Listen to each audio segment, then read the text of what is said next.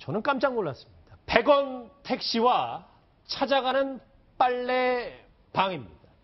역대 어느 대선보다 이 5 후보들의 생활 밀착형 틈새 공약들이 많은데요. 저희가 그래서 준비한 공약, 깨야 할 공약들을 한번 살펴보겠습니다. 오른쪽에 준비한 거 한번 같이 보시죠.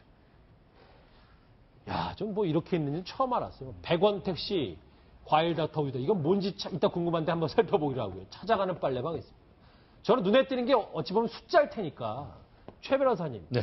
이 100원 택시가 실제로 가능한 거예요? 문재인 후보 경우에. 아, 진짜 그 혁신적인. 저도 뭐 요즘 그 지금 버스가 얼마인지 아십니까?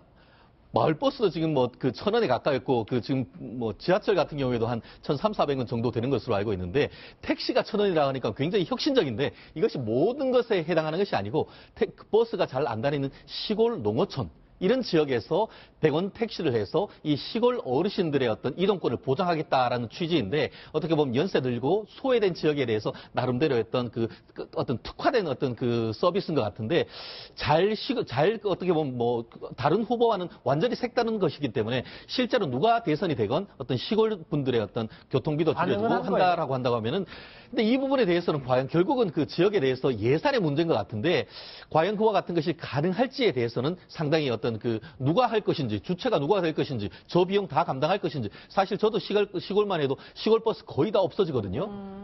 이게 지금 저 충남 서산에서 시행하고 있습니다. 일단 일부 지역에서. 네, 서산에서 이제 이걸 시행을 해서 그러니까 어르신들이 이제 100원짜리를 주면 택시 운전하고 그 비용은 이제 군청에서 이제 시에서 이제 보상을 해주는 걸로 해서 상당히 그 지역에서는 호평을 받고 있어요. 이제 그래서 아마 그걸 이제 근거로 해서 이제 이번에 아마 공약을 내신 것 같습니다.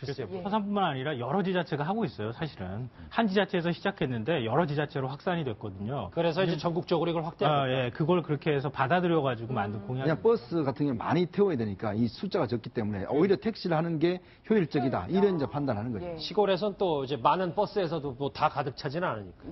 100원 택시 해봤는데 아까 이게 잠깐 짚어봤더니 과일 닥터, 우유 닥터 얘기를 해봐야 될 것 같아요. 예, 이정 박사님 제가 네. 건강에 관심이 많아서요. 이 부분은 뭘까요? 그러니까 이제 이 방과 후에 돌봄 돌봄 교실. 예, 교실이 있잖아요. 이제 그때 이제 아이들에게 이제 간식을 이제 보장해주겠다, 이제 간식권을 보장해주겠다는 거죠. 간식권이군요. 일종의. 예, 뭐 그런 건데. 뭐 이것도 이제 안철수 후보의 이제 복지 차원에서 여러 가지 공약 가운데 하나로. 근데 안철수 후보는 사실 이거보다 더 지금 약간 이슈가 되고 있는 게 아동수당 논란이죠. 그러니까 아동수당을 0세부터 11세까지 지금 지급하겠다 그러는데 그게 또 예산이 한 5조가량 들어가서 그 재원 조달 계획이 약간 논란이 돼 있는 상황이죠. 재원 조달. 뭐 사실 이 뭐 깨알 공약이 잘만 지켜지면 정말 유용하겠습니다만. 그렇네요. 결국 돈일 텐데 뭐 찾아가는 빨래방도 있고 뭐 맛업박스. 뭐 맛업박스야 뭐 그 토론회에서도 본인이 직접 밝혔잖아요. 저 엄마 신생아. 근데 사실은 마더박스 저 정책들은 이미 지자체에서 하고 있는 데들이 많아요. 그리고 이제 뭐 100만 원 상당의 이제 뭐 이제 물품을 이제 지급하겠다는 거거든요. 이제 아이를 낳는 경우에. 그렇죠. 그런데 실제로 요즘 지자체에서는 그거보다 훨씬 더 많은 혜택을 지금 주고 있는 게 현실입니다. 예. 그런데 저는 이 부분이었죠. 이현정님. 네. 이 공약입니까? 속죄입니까? 이게 어떻게 되는 거예요? 자서전 쓰기는 뭡니까? 자서전. 그러니까 지금 유승민 후보가 이제 제시한 건데 이게 지금 정확히 저는 내용을 잘 모르겠어요. 그러니까 이제 공약들을 내셨는데 이게 아마 우리 이제 6.25 겪은 우리 부모님 세대들 있잖아요. 굉장히 또 상업화 시대를 겪으셨잖아요. 그 굉장히 힘들게 살아오신 분들이 그렇죠. 자서전을 쓰는 것을 지원을 해서 도와드리겠다. 그러니까 우리 부모님 세대의 어떤 인생이나 삶의 내용들을 본인 스스로가 기록으로 남길 수 있도록 하고 그걸 이제 출판할 수 있도록 도와준다고 하는 건데요. 이것도 일부 지자체에서 하고 있는 거예요. 그래서 이게 다 조금씩 차용을 하는 거군요. 예. 그러니까 지자체에서 굉장히 좋은 평가를 받았던 거를 다 전국적으로 확대하겠다거나 이런 식으로 지금 얘기를 하고 있는 거거든요.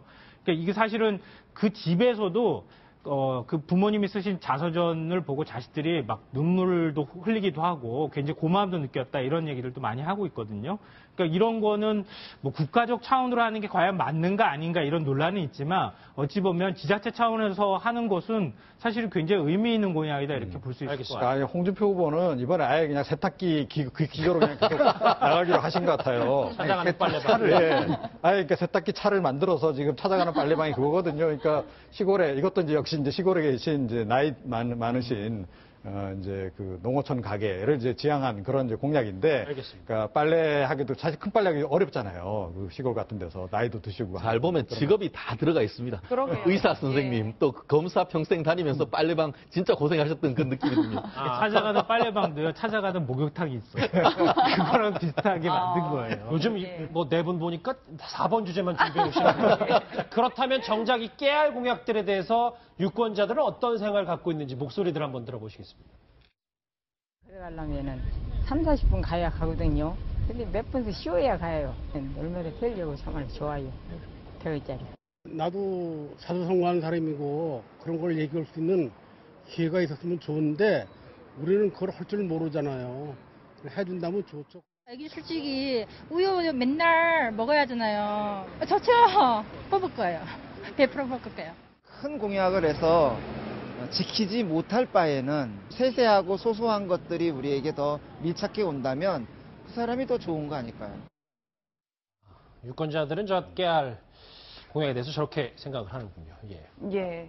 그런데 결국은 이게 다 예산 문제라는 거죠. 그러니까 지금 조금 전에 이제 많은 분들이 말씀해 주셨듯이 상당수 지자체가 지금 하고 있는 그런 공약들이란 말이에요.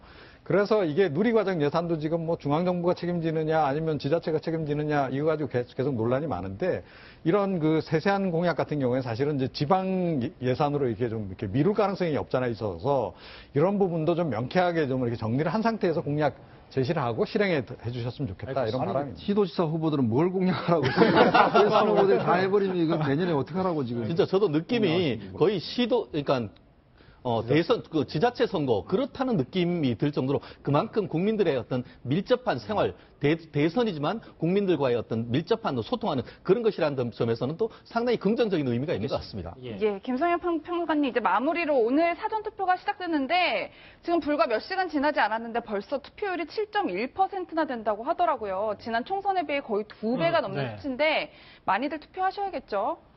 그렇죠. 그 사전투표가 사실은 이번에 연휴가 많이 끼고 있기 때문에 사전투표하려는 젊은 층도 굉장히 많은 것 같고요. 그래서 이제 이 사전투표율이 전체 투표율을 얼마나 올리는 효과로 나타날 것인가 이게 굉장히 궁금증을 낳을 수밖에 없는데 보통 한 4% 올린다고 하는 효과가 보통 이제 평가되는 것 같아요. 근데 이번 대선에는 어느 정도로 이제 플러스 알파 효과가 나타나는지 좀 지켜봐야 될 것 같습니다. 예. 저기 보니까 오늘 뭐 연예인들도 저렇게 사전투표 그렇네요. 동참해서 인증샷까지 찍었습니다. 6시까지니까요. 내일도 있고요. 여러분들도 꼭 투표하시기 바라겠습니다. 정리하겠습니다. 여러분은 지금 뉴스특급과 함께하고 계십니다.